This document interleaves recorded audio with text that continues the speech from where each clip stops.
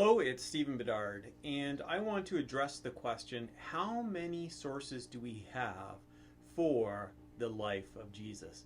And this question is inspired by a tweet that I saw by someone who was claiming that we don't have multiple sources of Jesus. We have one source that is repeated 4 times. And he was responding to an evangelical Christian who was saying that we had multiple sources for the life of Jesus. So is it true that we have one source that is just repeated 4 times? Well, many Christians will say, well, of course not. That's not the case. We have 4 sources for the life of Jesus. We have Matthew, Mark, Luke, and John. So there you go, 4 sources. However, it is a little bit more complicated than that. According to scholarship, there is a lot of connections between especially the first 3 Gospels, which are often described as the Synoptic Gospels. And so we're going to, first of all, just look at Matthew, Mark, and Luke and their relationship to each other. It is true that there seems to be some copying going on. There seems to be some word-for-word similarity between the Gospels, more than just 3 different people recounting the same event. And so a lot of scholars do accept, and I'm including evangelical scholars here, accept that there is some connection there.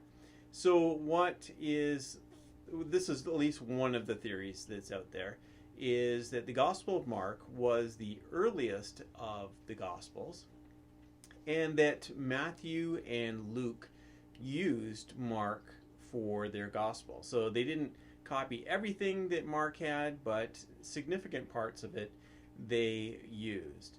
But that doesn't explain everything that is found in Matthew and Luke. And so some scholars have come to the conclusion that there was a hypothetical saying source that they call Q. Now, did Q exist? It's really hard for us to know. I don't have a problem with Q. Some Christians really have trouble reconciling the existence of Q with inspiration, but I don't at all. I believe that there's a lot of evidence in the Old Testament that there is the use of sources, so I don't have a problem with the use of sources in the New Testament. And in fact, Luke seems to indicate that kind of thing was going on in the compilation of his own gospel. So what is Q? Q is thought to be that which is in common between Matthew and Luke, but not found in Mark. So they're using Mark, but there's this other source, Q, that they are using. So if that's the case, then we have 2 sources for the life of Jesus. But actually, there's more than that as well. There are parts of the Gospel of Matthew and parts of the Gospel of Luke that are found only in those Gospels. So just using Luke as an example, well-known parables like the parable of the Good Samaritan and the prodigal son, those are only found in Luke. So it seems as if Matthew and Luke each had sources outside of Mark and Q, if Q indeed existed. So what is often used to describe that is that there is an M source, which is the unique to Matthew source, and there is the L source, which is unique to Luke.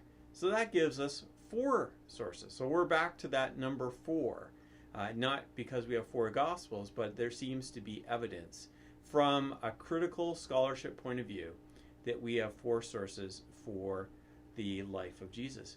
But there's more, because we need to include the Gospel of John in there as well. Now, some people try to discount John as not being really history, that it is more theology.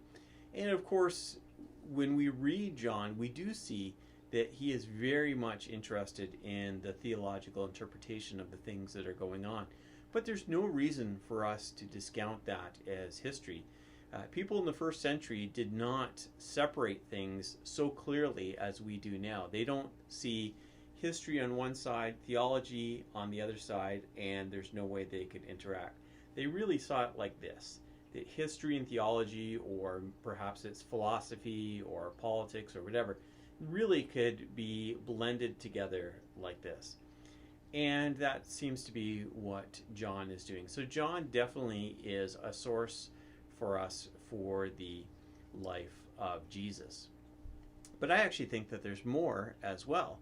I think that Paul has something to say to us about Jesus. Now, he doesn't give us near as much as we would like. And every once in a while, you'll hear the claim that Paul never said anything about the historical Jesus, that he knew nothing of the historical Jesus, or he even did not believe in the historical Jesus.